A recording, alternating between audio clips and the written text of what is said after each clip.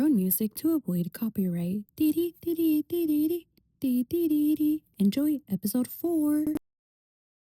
Hello, everyone. Welcome back to Hijas de la Grief, episode 4. My name is Maria, and I am here with.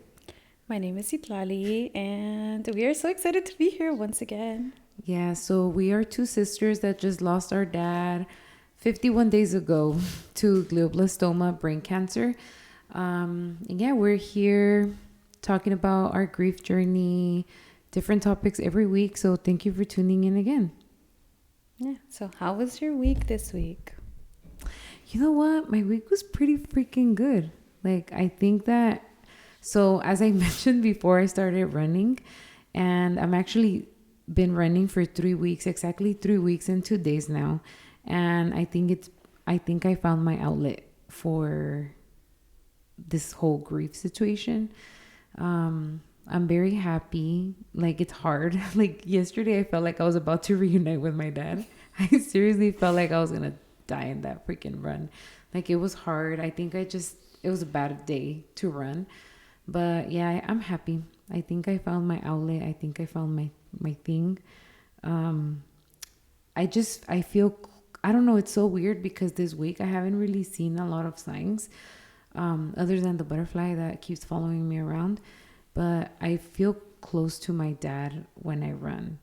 And I keep thinking about, I don't know if you remember when he was all into his gym era. Mm-hmm. And I keep thinking about how disciplined he was, like waking up at 3 in the morning, going to the gym before work and all that stuff. So I think it's definitely like making me feel closer to him. And I've been listening to a bunch of podcasts, and my tia sent me a podcast, but it's like in Spanish. It's Marco Antonio Regil, like the podcast, and they had a really good episode 3 days ago, and they were talking about like they were talking about grief. And then one of the things that stuck to me was like, don't die with your loved ones, live for your loved ones. So I don't know, I think that's been really motivating me, and I had a good week. Like, it's been getting really hard to visit my dad's gravesite though. Like, I've been really struggling when I go there. It's been really hard, like really hard to go. And I don't know, it didn't feel that heavy when we were going, and it's been feeling really heavy. So yeah. And then my 3-year-old, she's grieving her grandpa, and she keeps talking about him, and she's like, I'm so excited to go see Grandpa Joe. And that's hard. Like, I think that's been the bad part of the week, like hearing her talk about it, having tantrums over not being able to call her grandpa, and then remembering that he was in a box and that he's in the garden, and then like hearing her experience, like from, little 3-year-old. So that's hard. I think my mom heart and also my daughter heart is like, I wish you didn't have to go through that. But so yeah. And then yeah, but other than that, it's been good. This week I feel good. That's good. How about yours? I wouldn't say I had a good week at all. Yeah. I think it's just one thing after another, where it's like, okay, I'm starting to feel better and I'm having a better day, and it's like, boom, here we go. Here's this one thing, and then there's this other thing, and then there's this other thing, and I'm just like, I don't feel like I could catch a break. And I'm also a student, so I've been like, having finals, and I think that every time that I'm looking at something, it's just like I can't concentrate, and I haven't been able to concentrate at work or doing my schoolwork. So it's been a really hard week, and I don't know, I just feel like it's been nonstop, and I had a super long week. I'm just like, oh, I just wanted to be over. Like, honestly, today I was sitting there and I was like, damn, I just wanted to be 4. Like, I want to leave. Honestly, working full-time and grieving is hard as fuck. Like, I don't think a lot of people talk about that. Like, you literally cannot concentrate. And I don't know about you when you're unable to concentrate, but when I'm at work and sitting there, well, at least that's how it felt like when I was working a couple weeks ago. I just keep having flashbacks. And then you're like thinking about something and like working and concentrating. And I'm like, okay, I got this. And then like, boom, 20 minutes later, like I see my dad in his hospice bed, and I'm like, oh, that's great. Yeah. So I think for me, it's been a lot of that. I mean, since it happened, it's been a lot of that. But I think this week it's more because, I talk to people every single day. And like, my job is we help the public every single day. So we talk to people all the time. And I talk both Spanish and English. So when people are coming in and they're like talking to me, it just reminds me like of my dad. And then I'm like, this week a lot, I felt like I was very much tripping on my words. It was like I was talking to this person and like we were having a whole conversation and like, trying to help them. And then mid conversation, I was like, wait, what am I saying? This is the wrong thing that I'm saying and I'm not explaining right. And they would kind of look at me and I was like, I'm sorry. And I caught myself doing that a lot. And then it was like I was doing homework and I was like, and then I was like looking at my work and I'm like, this is totally wrong. This is like terribly wrong. And then like with my finals and stuff, like, there's just a lot of study guides and I'm like, obviously they're not graded. So it's like an exam, but you don't get graded on it. And it was like, everything was wrong. Like I submitted it like 5 times and everything was wrong. Not a single problem on that exam, on that practice exam was right.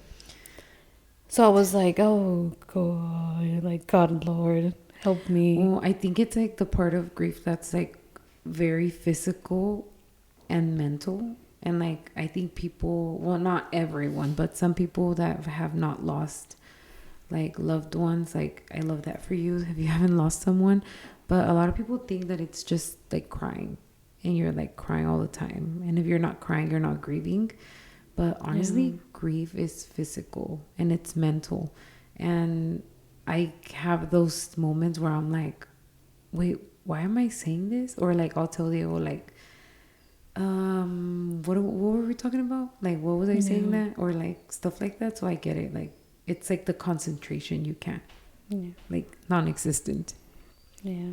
I just think the hardest part of it all is like, I never took a break from school since my dad passed. Like I didn't feel like I had to tell my professors what happened to be able to take the time off, because I was like, okay, if I take the time off, then I'm going to have to make it up. And my graduation is only going to keep being pushed back and pushed back and pushed back. And I don't want to feel like I'm behind. I don't want to feel like I'm already failing, even though my dad passed away. So then I'm like, whatever, like we are pushing through and we are doing this. If it means that I need to stay up past midnight to do my homework, I'm going to do it. But it's just like, I think it's been harder and harder and harder. But I'm like, I'm already halfway through it, so why not finish it off? And that, so plus working full time. Yeah. And like, so it's been a terrible week. And it's just like one thing after the other. And I'm like, dude, I can't catch a break. And I'm like, at this point, am I even sleeping? Like, I don't even know if I'm sleeping. Okay, let me tell you, it's working. It's like working 8 to 5. Like with this grief process sucks. Yeah, having a full-time job and grieving, 0 out of 10, negative 100 out of 10. Pero no hay de otra. Like bills don't stop, so can't call the mortgage company. So yeah. No, it was tough. I'm just like, I'm honestly glad that the week is almost over. Because it just feels like I could catch a break finally. And I'm just like ready to sleep and relax and kind of lay back. I'm like, well, not lay back because I have homework, but lay back as much as I possibly can because I feel exhausted, like really tired. Tired of life.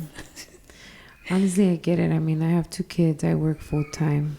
I have 2 dogs. Like if you could hear my dog whining in the background, I'm so sorry. But yeah, so this week we actually wanted to talk about hospice care.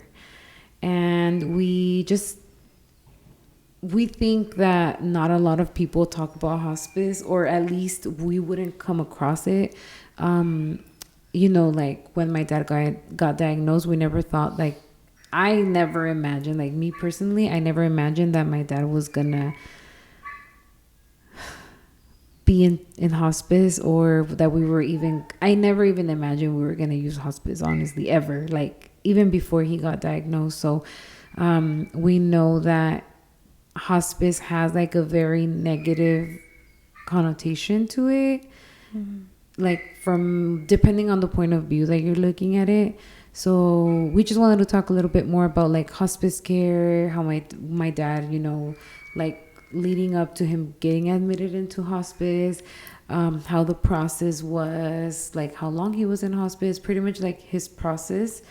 In case there's anybody out there listening to us who are getting close to hospice, or if your person has you know, recently been diagnosed, if you're going through a diagnosis and you hear the word hospice, yeah, we pretty much want to share my dad's experience and our experience. So 0 out of 10.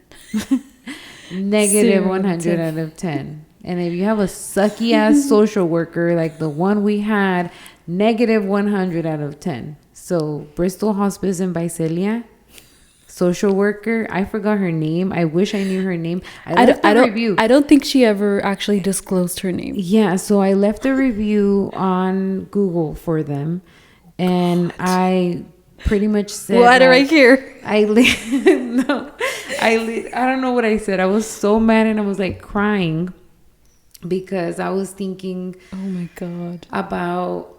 So my job is. Part of my job, I'm not a social worker. I only have a BA, so I don't have the qualifications, or you know, like I don't have the education to be a social worker. Licensing, yeah. So, but part of my job is to provide resources to the family, and if families need something and I don't have the resource, like I'm gonna find it, you know, like hopefully find it what they need.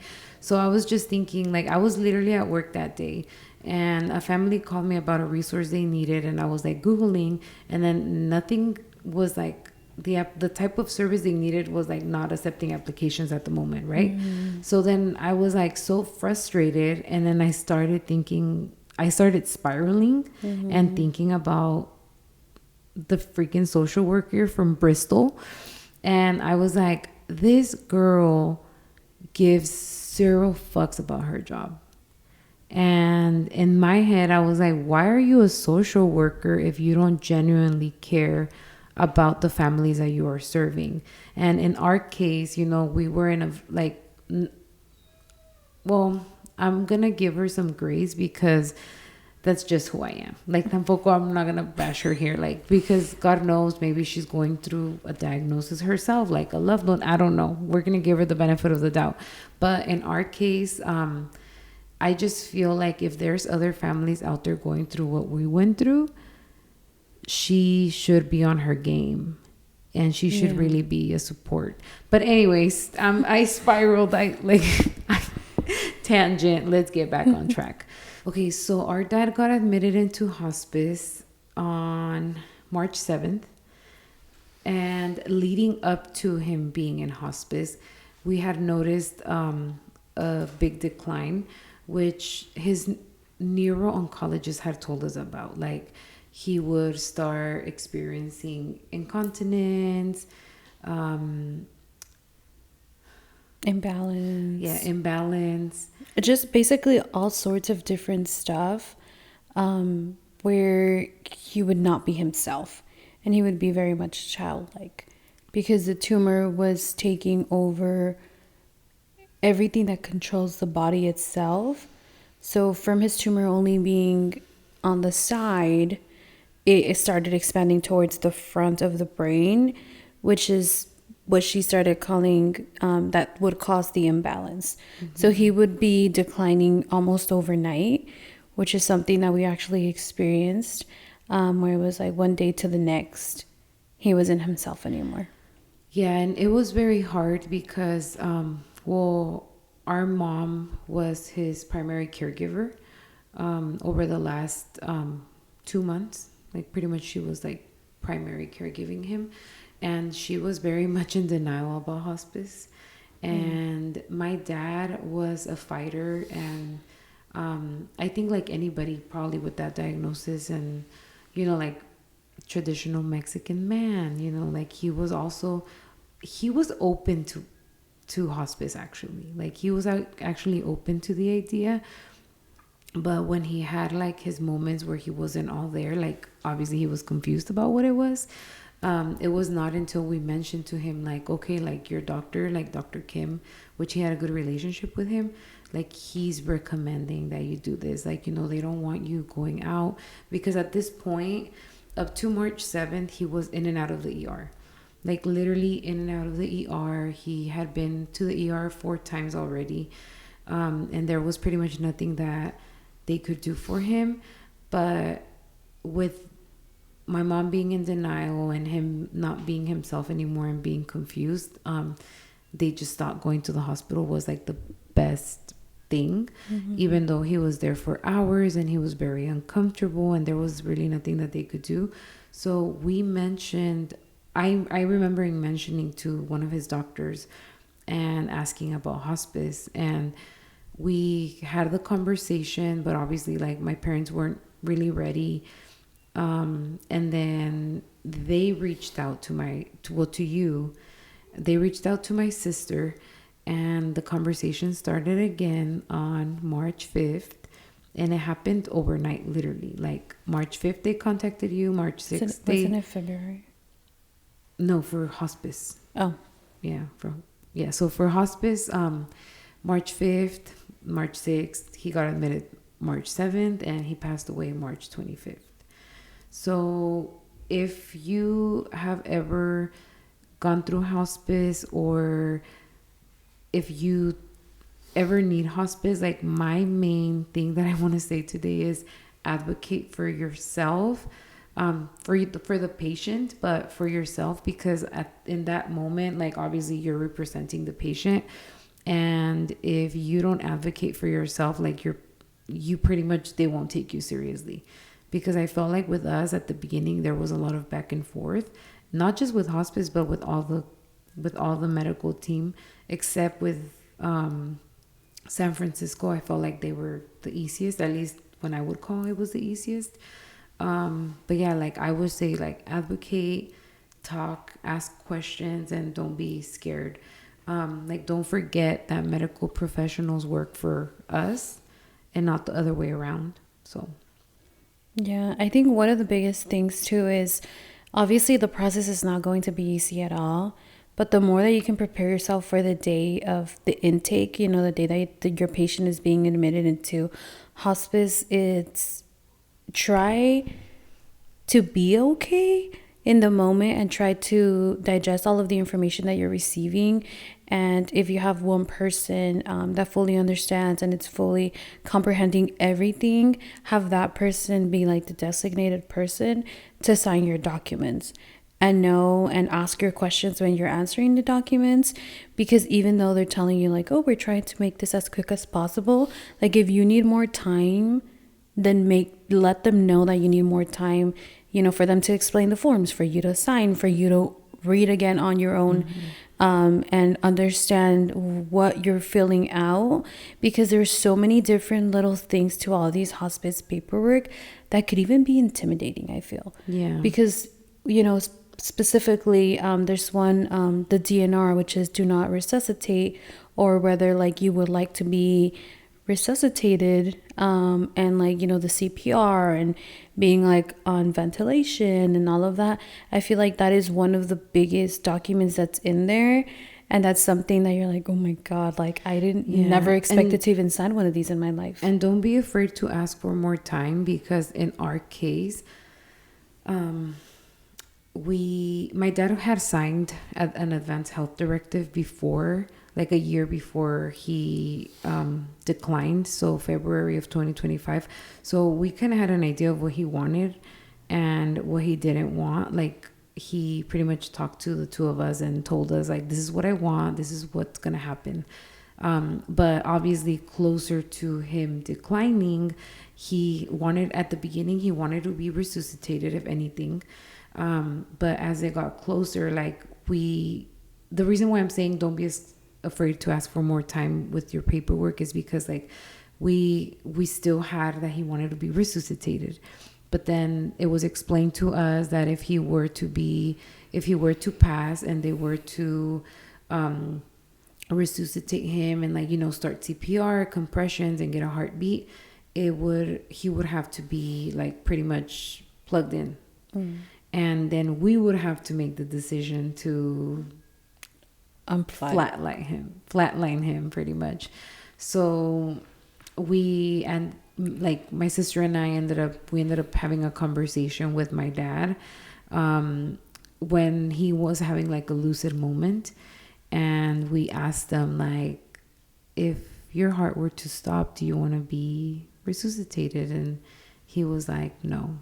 Like, he told us, like, no, he doesn't want to be resuscitated. So we submitted the DNR after that. And I think it was a very, at least in my opinion, like, obviously this is my dad, I love him so much, but I feel like this was a very powerful moment for him, like giving him the choice, you know, letting him take the lead. And other than, this is what we want as your daughters, but still, like, I don't want him to be resuscitated if he's going to be plugged in, you know? Yeah. But obviously I felt like you and I really wanted to hear it from him. And yeah, and I think if they would have pressured us into filling out the paperwork fast, or giving us a deadline, or us not asking to, like, can we change it? Can we change this? Can we change that? Yeah. Like, maybe we would have not. Yeah, because it was a matter of, like, we didn't take on a Saturday, right? We didn't take on a Saturday, and then right there they were like, no, but if he gets resuscitated, and this is what happens, and this is what happens, and this is what happens, like, you should do a DNR, especially in your father's condition, and blah, blah, blah, blah. And it was a lot of, like, kind of, I felt telling like, us what to do. And then I was like, okay, but I'm not ready to make that decision right now. And it was like the next day the nurse came, and it was the same thing, and you should do a DNR, blah, blah, blah. And I'm like, no, like, this is the least of my worries right now. Like, my dad, you know, he just got into hospice and all of that. So if you are ever in the position where you have to talk to hospice staff, like we're saying, please make sure that you take your time. Please ask for the time, because it's very overwhelming. Yeah, like, it goes back to advocating for yourself. And honestly, in any medical situation, like, one of the things I took before I gave birth to my daughter, I took a childbirth class. And one of the things that stuck to me from the facilitator of the class is, like, medical professionals work for you. You know, like, don't let anybody talk you into doing something you don't want to. Like, this is your birth plan. This is what you should do. And I feel like in my dad's condition, you know, like, this is literally his plan to die. And we want it to be respected. And this is what we want. And I mean, we transported him over, like, to Monterey County from the Central Valley. So even that, they were kind of like shocked that we were going to do that, because they knew from day one that he was going to be transported over here. Like, we had made that decision, and they kind of looked at us like, what are you going to do? You know, and it's like, this is what it is. And my dad knew, you know, he was going to be brought over here for his, you know, to rest. So yeah, like, advocate for yourself, because you can. And one of the most important parts, like you mentioned, we don't have the name of this social worker. At least I never got a name of the social worker. I never talked to her, left her millions of voicemails. So if we can give you a tip, one of the biggest tips is, when your patient is brought onto hospice, if you are ever there, make sure to get everybody's contact information, because we did have phone numbers. We had her phone number, just not her name. Yeah, we had specifically for the social worker, we had the number, not the name. But for everybody else, we were lucky enough to have the name and the phone number. Yeah, they would text us too. So they were very nice about it. Not our whole experience was negative. Let's talk about that. Like, my dad had a great. I'm sorry, I keep gasping for air because I don't know, I'm having a really hard time talking about it. But we had, like, my dad had a great nurses. I think Viviana, and I think the other one was Brenda. And Rudy, that was his nurse aide. And honestly, my dad really liked her. Like, this is the person that comes and helps him get a bath and, like, get him clean and stuff. And she was awesome. Yeah, she was really nice. She was really, really, really good. And that is the type of people that I feel like in any line of work, like, you know, when they love their job. And, like, I loved how she was like, do you want to help? Give him a bath. And like, but you don't have to because this is my job. And I know, like, there was a day where we were giving my dad a bath and we were like talking, and she was really taking her time. And, you know, my dad wanted like to pause, and he wanted me to scratch his back. And she was like never in a hurry. She was never that day. And I remember you and my mom were like, you guys took forever to give him that bath. And she was just so patient and so kind. And my dad felt very comfortable around her. And this was a very hard time for him because it's, you know, he can't bathe himself, and, you know, his privates are exposed to a new person. Like, it was a very like delicate, like, it was very personal, and I think she did a great job. So not our whole experience was, but side note, if you are the social worker from Bristol and Visalia, it has been 51 days, ma'am. It has been 51 days since my dad passed away, and we are still waiting for your call. We are still waiting for this weekend appointment that she promised us. Never called me back. Well, no, I called her 3 days into my dad being admitted into hospice. Never got a call back. She at least talked to you. She never called me back. Well, okay, she talked to me. She promised me a weekend appointment because she knew that we were from out of town and that it was a drive, you know. And she was like, "Don't worry, I'm gonna accommodate you guys." But she was kind of like bitchy, honestly, like on the phone. Like, I have a mental picture of her that. Yeah, I'm glad I didn't actually meet her because I think there's camera footage of her. Yeah, let's go find this. Let's go find who she is. Anyways, we're not gonna find her. This is me being dramatic. Yeah, I'm still waiting. Like, seriously, I'm still waiting for this call. You know what's crazy though? I am gonna say, like, San Francisco. What is it? UC San Francisco. UC San Francisco. Yeah. So no, the UC San Francisco. Brain tumor wing, like they're their own wing. Yeah, like so their own buildings so and UC stuff. San Francisco, their social worker has reached out to me. Like, she called me. They're very nice. Even their caregiving. Yeah, so I talked to the social worker on the phone. She has talked to me on the phone. She has emailed me. She has followed up with me 3 times. She sent me resources via email. So she's like, after my dad passing, she's like still reaching out, making sure that we're doing okay. Like, do you guys need resources? Like, how is your mom? How are your siblings? Do you have siblings? How many siblings do you have? Do you have children? Like, resources from literally anything. Like, how are you guys doing financially? Do you need food resources? Everything. Like, this woman has asked us about everything. And I'm like, you know, at the moment we're doing okay, and I appreciate the resources you've sent. You know, like, okay. And like the other social worker, like, ghost. Ghosted. Non-existent. Literally, like, if you're watching us, please give us a call back. Like, did my dad pass away, or did you? Because this man has been giving more life signs than you have. Like, girl, get your shit together if you're in this field. Like, seriously, I don't know. And I mean, like, you know, sometimes they say like we're understaffed. I don't know. From what I saw, you guys are very well staffed. Yeah, very well staffed. My dad had good care. Yeah. So it just makes me question, like, was she just like this with us? Was she like this with all her families? Do they really only have, like, do they have multiple social workers? Because obviously that information was, you know, probably not meant to be disclosed to us. But then it makes me think, like, okay, you keep giving me this lady's number. Can you give me somebody else's number? Yeah. And mind you, like, the main reason, I mean, there's so many stuff that you need to talk to a social worker about. But the main part that you need to talk to her about and be comfortable about is, like, talking about the funeral services. What are you going to do when your person passes? And we were like, okay, well, there's a plan set, and like, we want to get it in writing, because the moment something happens, we are not going to have the head for this. Yeah. So we tried to get in contact with this lady, non-existent.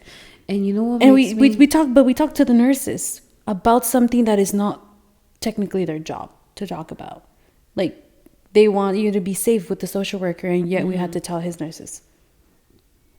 I don't know. It makes me uncomfortable. I know. But you know what's crazy to me though, and I think that this is what makes me like literally livid and mad and just like literally, I don't know, I'm just like pissed off at this girl. Like there is no language barrier in this family. You know, like there's no language barrier.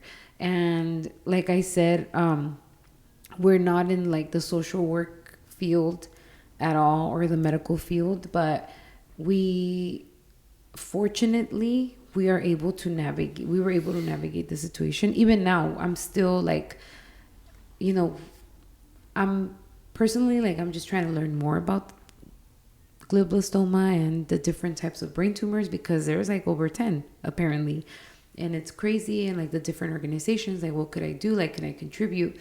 So this is just to say like we're able to navigate Google or whatever document is given to us. Like maybe we don't understand it, but we will figure this out. And it makes me sad like for other families. Like what if there's a family that doesn't have an English speaker, or that they really have no idea what's going on, or they don't have anybody to help, or if it's just like the wife and the husband, or the husband and the wife, vice versa, like whoever's sick.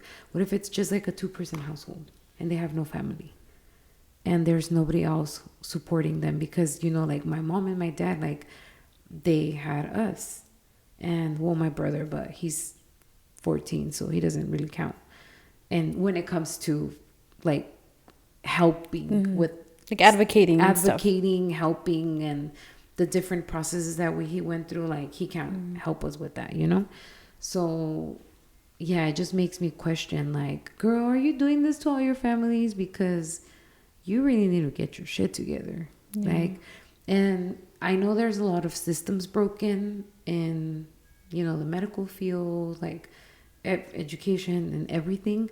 But I think when you're doing this type of work that's so delicate, like end of life, like she should use her, I think that's what I put on the review, because I was so mad. I think I put like, girl, like please use your sympathy. Education. Jeez, some sympathy for these people. Empathy. Well, yeah, but I think I put like, please use your education for good, or use your degree or something, like put it to work, something. I don't remember what I said on this review. Now I want to go look for it. Did they delete it? They probably replied, "Hello, Maria. We are so sorry for this unfortunate experience that you've had." And you know what? You know what made me so mad? They had already sent me like 3 text messages. Please rate your review with Bristol. Please rate your review. I never got one. And I actually, I don't know how my phone number ended up there, but you were part of the contact list. Yeah, but I was not like the primary contact. I never got one. So it's probably spam. So they sent me. No, it was real. No, it was probably like spam to my phone. Okay, yeah. I don't think I ever got one. So when they had texted me like 3 times already, like, please submit your review. And I did mention Viviana. So I mentioned his nurse, his 2 nurses. I mentioned Rudy. So I mentioned everybody, and I said that's a great care. And I literally said, I need to pull up your review. I literally said that I'm giving it a 1 star, hopefully to grab some attention to my review. And yeah, but I said the positive, like, okay, I'm not just a crazy girl, okay? But my thing is, like, if this review is gonna get your attention for you to provide better service, like, I just hope it does, you know? Oh my God, they actually responded to your review. Did? Can I read it? Oh my God. Okay. Stop. It said, "We are deeply sorry for the loss of your father and extend our sincerest condolences to you and your entire family. At Bristol Hospice Visalia, providing compassionate and attentive end of care and support to every patient and family, we serve as a responsibility we take very seriously, and we appreciate you taking the time to share your experience with us. We would welcome the opportunity to connect with you directly so your concerns can be addressed with the full attention they deserve. Please reach out to the executive director at blah, blah, blah, blah, blah. With gratitude, Bristol Hospice team." You know, and she capitalized horrible in her review. I did capital. I can't remember if I did, but I'm sure I did. I mean, you're reading it. But you know what? I am going to reach out to this executive director, because I didn't even know. I didn't get a notification that they replied. But girl, you're going to hear from me on Monday, because I got the time. God. But yeah, so you're not the only one with the bad review. Let me tell you that much. Well, I feel like we had a good care team. Like, I'm not Yeah. gonna, No, I'm yeah, not gonna we say did. we didn't. Like, It was yeah. just the social worker. And I will be calling on Monday, and I will be expressing my concerns because I don't want this to happen to any other family. Because honestly, like, okay, moving on to like the process, like, at least me, that was fucking hard. Like, the moment where my dad walked for the last time with the help of our partners, like, that shit keeps replaying in my head, you know. And leading up to my dad's passing, which in a future episode we could probably talk about, like, the day he passed, because it was its own thing. Like, it was crazy. But Google Gemini was my best friend, and let me tell you, Google Gemini was pretty accurate. For being Like, AI, it it's was crazy. super accurate. Like, everything that was happening, and it was a lot. Like, the death rattle, like, when it comes to end of life, there's a lot of signs and a lot of things that kind of tell you, like, the person is getting ready to transition. One of the things that I had seen when the hospice would come up is, and I think I sent you this TikTok too, like, they start pointing, and like their, you know, arms are like in the air, and everything that I saw on the internet, like, we literally saw it happen with my dad. So hospice was hard, because it was almost like we're not giving up and he's not giving up, but it's time. Like, he deserves comfort at the end. And the process, the way that I don't even have, honestly, I don't even have words to say, like, how I think that's what I'm processing, like, the hospice part, because it was like he lost mobility, you know, he was like, completely bedridden, whatever the term is, and lost his voice, you know, went into like the terminal phase, like, death rattle.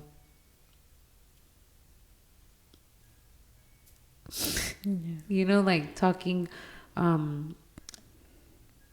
yeah, he went from not talking to, like, then he had like a very lucid moment where he pretty much, now thinking about it, he like said his goodbyes to us.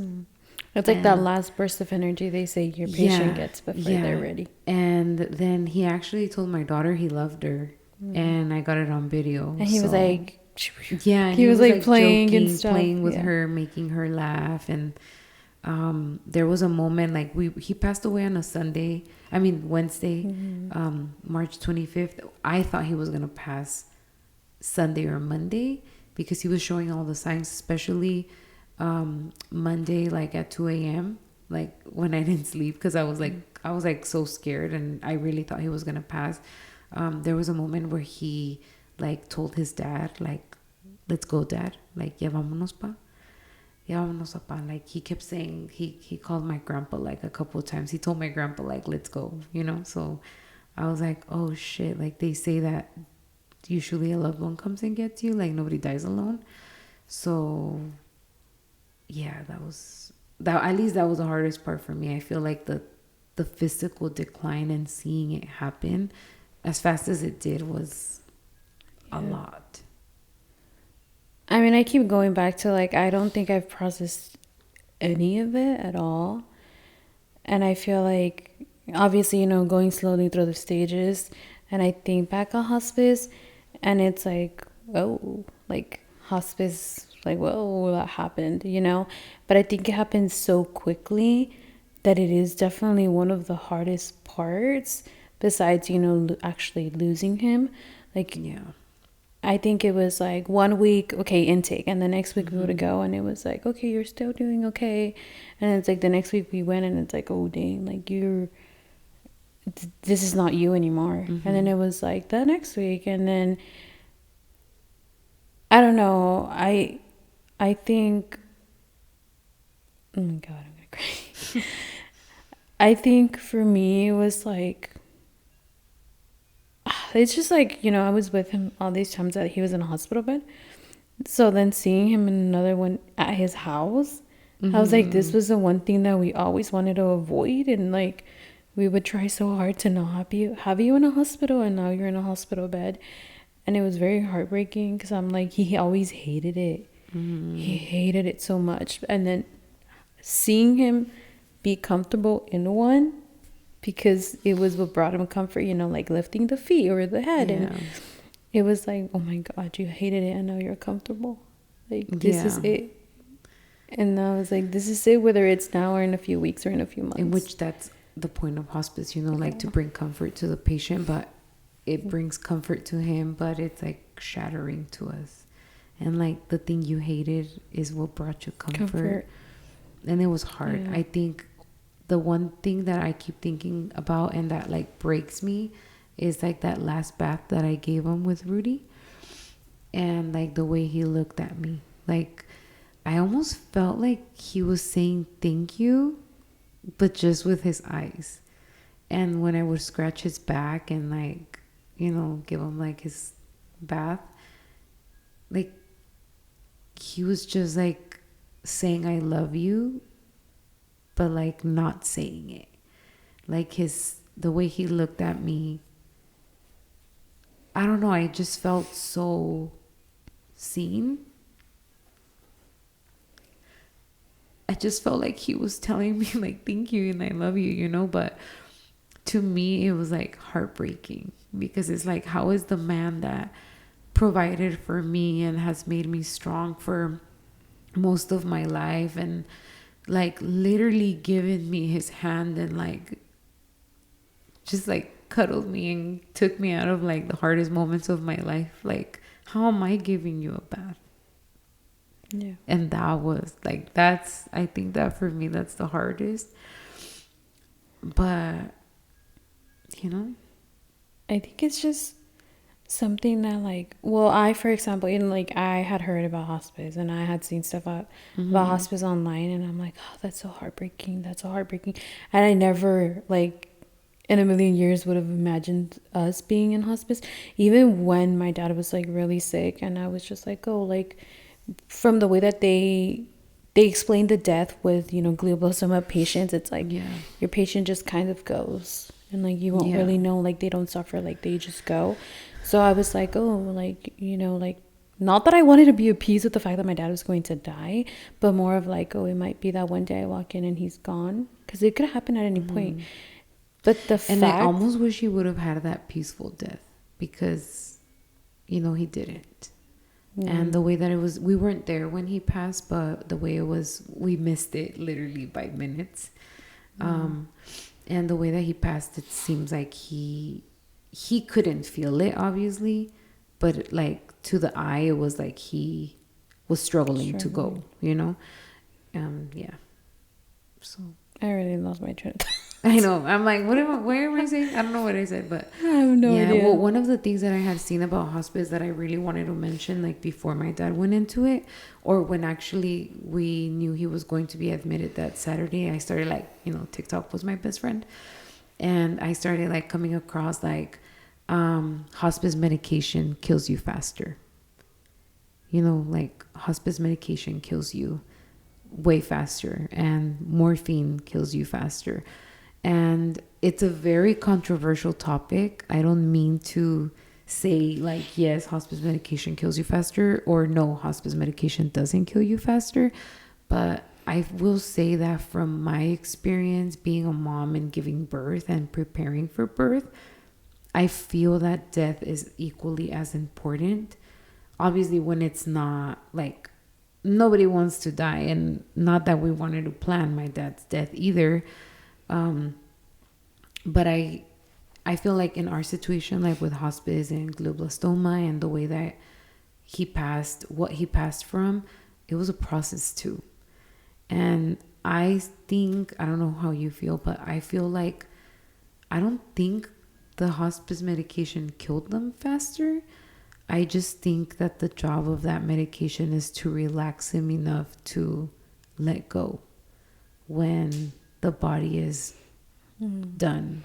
Well, yeah, You know? because I feel like, I don't know if every like comfort kit, which is the medication that they give in hospice, I don't know if it's always the same for every patient or if it's fairly similar depending on the diagnosis.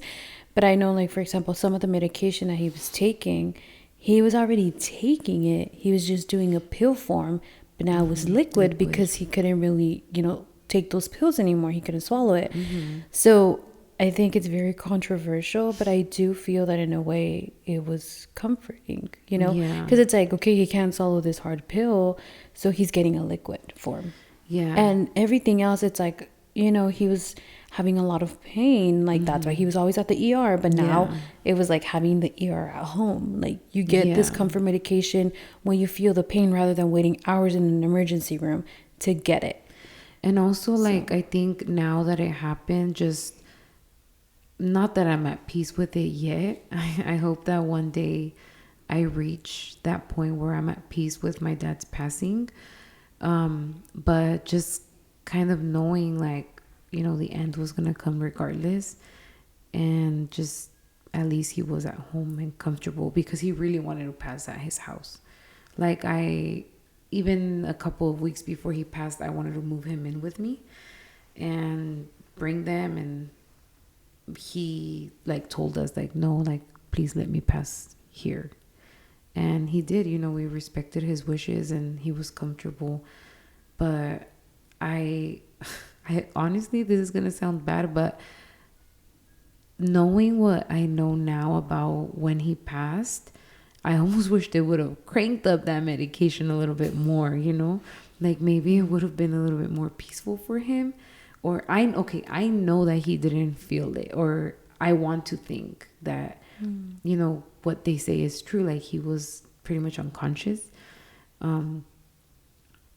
But I mean, his mom saw it, and that's what hurts me the most. Like, knowing how much my grandma saw him in her eyes, like in his mom's eyes, he suffered, and to let go, So I almost wish, like, they should have cranked up the medication a little bit more. But again, it's controversial. Not that I'm saying that the medication would have killed him faster, but it would have relaxed them a little bit more, or maybe relaxed the body. I don't even know if that's possible. It's just thoughts, when I start spiraling. Well, I think they say that it does, right? Because remember, there was like 2 little bottles, and one bottle was like for a certain thing, like, and then shortness of breath, and then relaxing. Yeah. Because they would also, help them. So his head nurse gave him the last dose of medication when she saw him that morning at 10. He passed away at 1:25. But my thing is, like, just maybe we should have cranked it up. I don't know. I'm just, I just spiral, like, what it is. The whole thing comes to me. But yeah, it was not an easy process at all. Yeah. But it's always like, make sure it's draining. Just make sure that you're advocating for yourself, your family, your patient. I mean, everything that you need.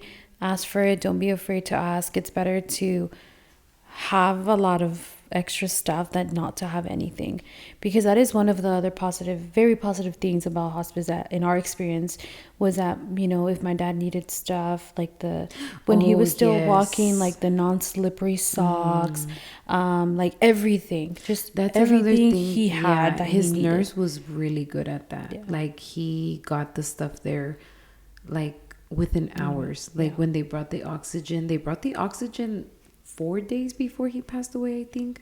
And he still didn't even actually need it. Not even 4 days. Like, they brought it on Monday. And he still didn't need it, remember? Yeah, he technically still didn't need it. So we were with my dad. We were actually supposed to stay with him, but for whatever reason, like, we'll talk about it more later, but we ended up coming back home on that Monday. And when the nurse did that last checkup when we were there on Monday, she's like, he doesn't need it, but let's just be ready, because he's showing signs, but he's not there yet. And she thought that he was going to make it till Friday, but he passed on Wednesday. But she still got the oxygen there within hours. Like, she literally got it there before we left Porterville. So it was maybe like 50 minutes, an hour, but less than 2 hours for sure. She was great at getting everything, all the supplies. Yeah. Mm-hmm. Yeah, even too with like the hospital bed, everything. Like, Mm-hmm. I mean, he had everything. And we even said, like, we don't know what we need now, but can we let you know? She's like, oh, yeah. And then by the time we let her know, it was like, boom, like a couple days later, a few hours later. But it never went beyond like 2 days. You know, It was even, always almost immediately. I wish that they didn't have to pick it up that fast, but even to pick it up, you know, like my dad passed, and that same day, you know, we needed the stuff to be picked up. So they picked it up that same day. Yeah. They took They everything. didn't want to. But we were like we really need to. Which like, comes back to advocate for yourself, because we needed the stuff gone, because we were going to come back to Monterey County for the funeral services. arrangements. So, yeah, like coming back to like, we need this. This is what we need. And this is what. And I think it was actually with a matter of like 2 hours after he passed. Boom, stuff was gone. No, more, because the funeral home took a while. After he was taken from the home. Yeah. So, well, that's pretty much what we have today, you know, hospice and our experience. And if you have a loved one in hospice right now, just know that you're not alone. Like, we understand the process, and although we don't understand exactly how you feel, because it is your process and your experience, and you are allowed to feel different than what we do, not just because we're going through the same thing does it mean that we understand exactly what you're going through, but just know that you're not alone. It's hard, and if there's anybody out there that ever needs like to message us or whatever, like, we're open to replying to anything, because it's a lot. Yeah. You know what? Scratch what I said earlier. I'm still processing it. Yeah, we're sending you a huge hug. Whether you know hospice is in the talks, whether you're already in the hospice process, Or if you've been through it. If you've been through it, or if you're currently going through it, anything, we're sending you a huge hug, sending you and all of your family our love, because it's very hard. We've been there, we've done that. So unfortunately, and we're still processing, as we said. But like, you know, we're saying, we hope that kind of talking a little bit about our experience helps you navigate hospice, helps you advocate for others, you know, for everybody. And if you don't get good service, leave the reviews, because they're great at billing insurance. Like, if you could bill the insurance that quick, you better be on your shit. Every single sponge or whatever gets billed. Yeah. So... yeah, well, thank you so much for tuning in again. I'm happy that we're, you know, doing this, and I'm thankful for every person that listens in. I know that this last week was different.